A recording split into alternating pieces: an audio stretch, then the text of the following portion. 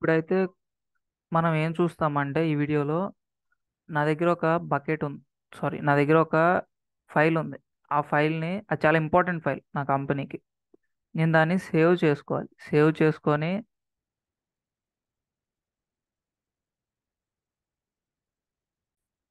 In ఫ్యూచర్లో నాకు కంపెనీకి ఏమైనా నీడ్ ఉంటే వాడుకోవాలి. సో దాన్ని S3లో ఎలా సేవ్ చేసుకోవాలి అని చూద్దాం.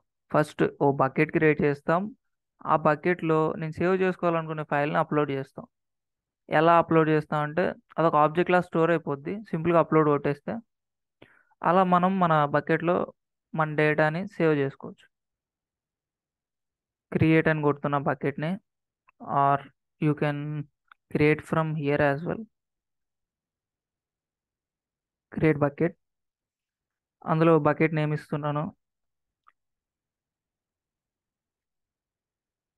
అండ్ నాకు కావాల్సిన రీజన్ ఏంటంటే ముంబై రీజన్ కాబట్టి అట్లానే ఉంచేస్తున్నా. అండ్ మిగతా సెట్టింగ్స్ అన్ని డిఫాల్ట్గా అట్లానే ఉంచేసి క్రియేట్ బకెట్ కొట్టేస్తున్నా. నా ఆర్గనైజేషన్ కోసం నేను ఇప్పుడు అందులో ఒక ఫైల్ని సేవ్ చేసుకోవాలి.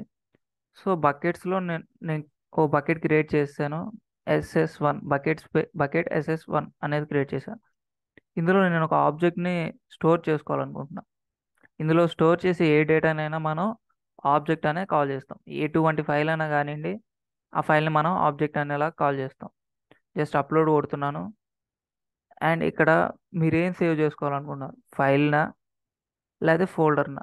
ఫోల్డర్ సెలెక్ట్ చేశారనుకోండి, ఆ ఫోల్డర్లో ఏమేం ఫైల్స్ ఉన్నాయో అవన్నీ వచ్చేస్తాయి ఇందులోకి.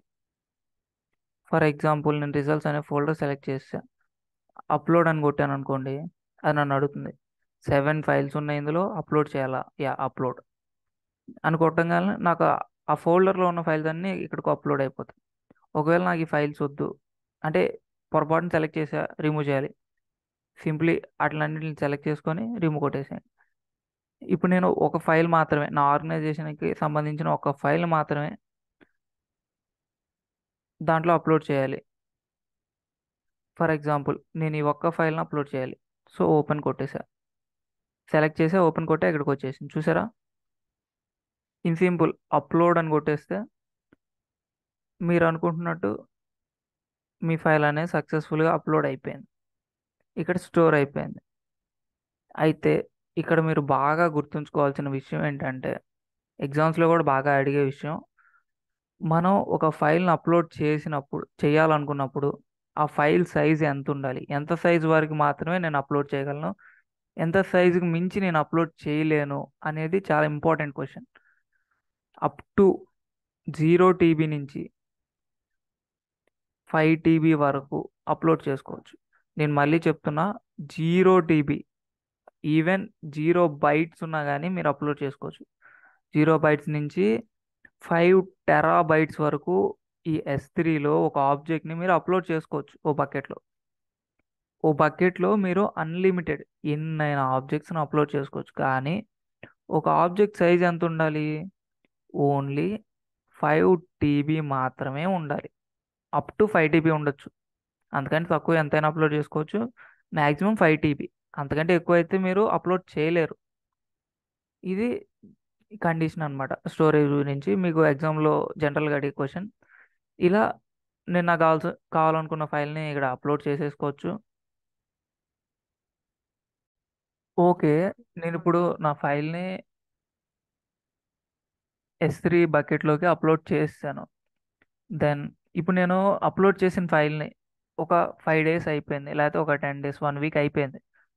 నేను అప్లోడ్ చేసిన ఫైల్ ఏంటిది అనేది నాకు తెలియదు. ఒకసారి నేను దాన్ని చూద్దాము అనుకుంటున్నా.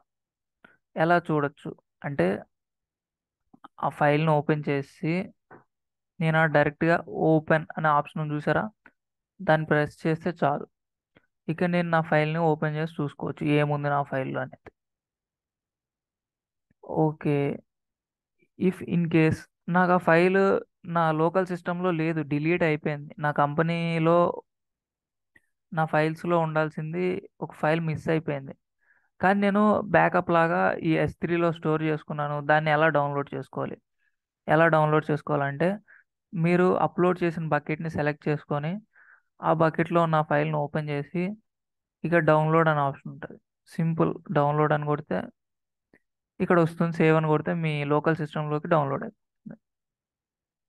ఓకే, ఓపెన్ చేయడం వచ్చింది, డౌన్లోడ్ చేయడం వచ్చేసింది. ఇప్పుడు ఇన్ కేస్ నన్ను ఒక క్లయింట్ అడిగారు, ఈ ఫైల్ అనేది నేను యాక్సెస్ చేసుకుందాం అనుకుంటున్నాను,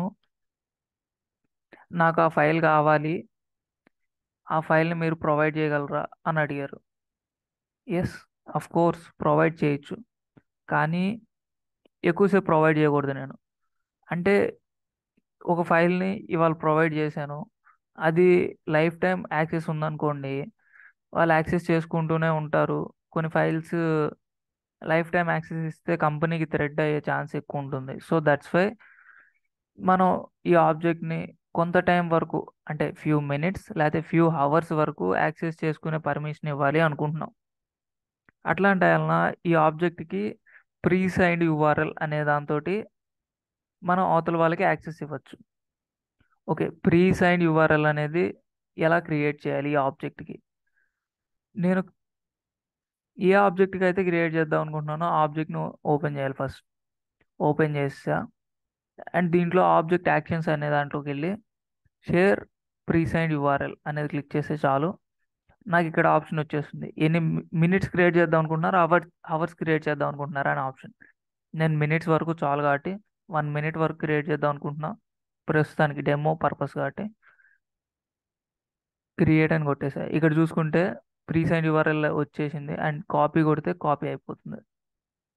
ఇప్పుడు చూసుకుంటే టైము 12:48 క్రియేట్ అయింది.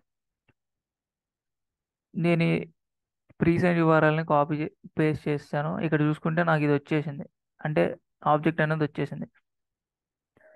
12:49 అంటే జస్ట్ ఒక 1 minute ఆగుదాము.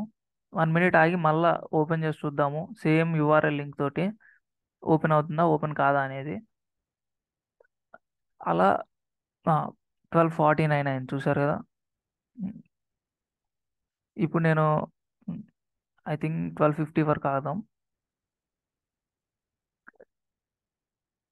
ఇప్పుడు నేను ఆ ఆబ్జెక్ట్ని, అంటే ఇంత టైం తర్వాత మళ్ళా ఆ ఆబ్జెక్ట్ని యాక్సెస్ చేసుకోగలుగుతున్నానా చేసుకోలేకపోతున్నానా, నేను క్రియేట్ చేసిన ప్రీసైన్ యూఆర్ఎల్ కరెక్ట్గా వర్క్ అవుతుందా వర్క్ అవ్వట్లేదా అనేది చెక్ చేసుకోవడానికి టెస్ట్ చేస్తున్నాం అంతే. ఇక్కడ చూసుకుంటే యాక్సెస్ డినైడ్ అని వచ్చింది, 12 టైం చూడండి, 12:49, యాక్సెస్ డినైడ్ అని వచ్చేసింది. మరి ఇక్కడ ఓపెన్ అయింది కదా, అంటే ఇది ఇందాక ఓపెన్ అయింది ఫైల్, మీరు రీలోడ్ నొక్కగానే ఇక్కడ చూసుకోండి యాక్సెస్ డినైడ్ అని వచ్చేసింది. ఇలా ప్రీ సైన్డ్ యూఆర్ఎల్ అనేది ఎక్స్పైర్ అయిపోయింది ఇంకా. అంటే ఈ ప్రీ సైన్డ్ యూఆర్ఎల్ని కాపీ చేసుకొని మళ్ళీ పేస్ట్ చేసినా రాదు ఇంకా, ఎందుకంటే ఆ ప్రీ సైన్డ్ యూఆర్ఎల్ ఎక్స్పైర్ అయిపోయింది. ఆబ్జెక్ట్ని ఇంకా యాక్సెస్ చేయలేరు క్లయింట్ ఇంకా. మళ్ళీ యాక్సెస్ చేయాలంటే మళ్ళీ నేను ఒక ప్రీ సైన్డ్ యూఆర్ఎల్ని క్రియేట్ చేసుకోవాలి, based upon my time requirement. ఆ టైం రిక్వైర్మెంట్ని బట్టి నేను ఒక ప్రీ సైన్డ్ యూఆర్ఎల్ని క్రియేట్ చేసుకొని నేను కావాలనుకున్న క్లయింట్కి పంపించచ్చు. ఓకే, మనకి బకెట్ క్రియేట్ చేసాం, అందులో ఒక ఆబ్జెక్ట్ క్రియేట్ చేసాం, అందులో ఉన్న ఆబ్జెక్ట్ని ఎలా డిలీట్ చేయాలి, నేను ఏదైతే ఆబ్జెక్ట్ని డిలీట్ చేయాలి అనుకుంటున్నానో అది ఏ బకెట్లో ఉందో ఆ బకెట్ని ఫస్ట్ ఓపెన్ చేయాలి. ఓపెన్ చేస్తున్నాను, దెన్ ఆ ఆబ్జెక్ట్ని సెలెక్ట్ చేయాలి. నేను ఈ ఆబ్జెక్ట్ని డిలీట్ చేద్దాం అనుకుంటున్నా, సో దాన్ని సెలెక్ట్ చేస్తున్నా. ఆబ్జెక్ట్ ఈజ్ నథింగ్ బట్ మీరు అప్లోడ్ చేసిన data file object. So select చేసాను అండ్ డిలీట్ నొక్కేస్తున్నా. డిలీట్ నొక్కేస్తే ఇక్కడ నాకు ఆప్షన్స్ చూడండి, కన్ఫర్మేషన్ కోసం పర్మనెంట్లీ డిలీట్ అని రీఎంటర్ చేయండి అని చెప్పి అడుగుతుంది. నేను కాపీ పేస్ట్ చేసేస్తా, దెన్ డిలీట్ అని కొట్టేస్తున్నా.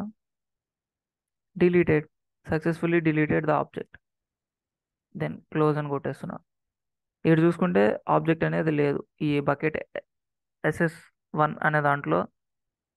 కింద మనం క్రియేట్ చేసిన ఆబ్జెక్ట్ అనేది ఇప్పుడు లేదు, ఎందుకంటే మనం డిలీట్ చేస్తాం, సక్సెస్ఫుల్లీ డిలీట్ అయిపోయింది. ఇప్పుడు మనం బకెట్ని కూడా క్రియేట్ చేసేస్తున్నాం, డిలీట్ చేసేస్తున్నాం, ఎందుకంటే నో నీడ్ అనమాట మనకి ఇప్పుడు.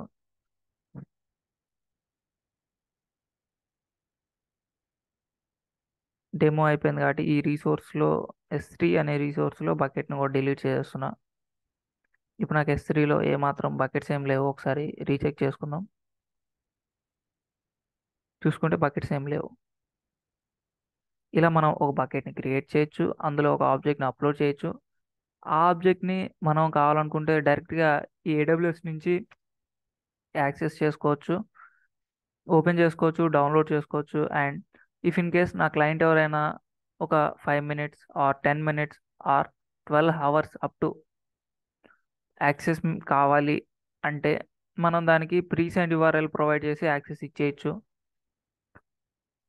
మనం ఇంకో రకంగా కూడా యాక్సెస్ ఇవ్వచ్చు. అది ఎలా అంటే ఆబ్జెక్ట్కి పబ్లిక్ యాక్సెస్ ఇచ్చేసి ఆబ్జెక్ట్ యూఆర్ఎల్ని షేర్ చేస్తే వాళ్ళు అన్లిమిటెడ్గా ఎప్పుడైనా ఓపెన్ చేసుకోవచ్చు.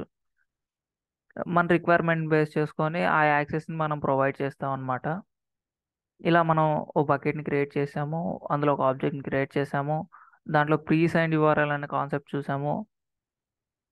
నెక్స్ట్ మనం ఓ బకెట్లో ఒక ఆబ్జెక్ట్ని అప్లోడ్ చేసి ఆబ్జెక్ట్కి పాలసీస్ తోటి ఎలా యాక్సెస్ చేసుకోవాలి పబ్లిక్గా అనేది చూద్దాం. Thanks for watching. వీడియో నచ్చినట్లయితే like, share and subscribe. Don't forget to hit the bell icon. Thank you.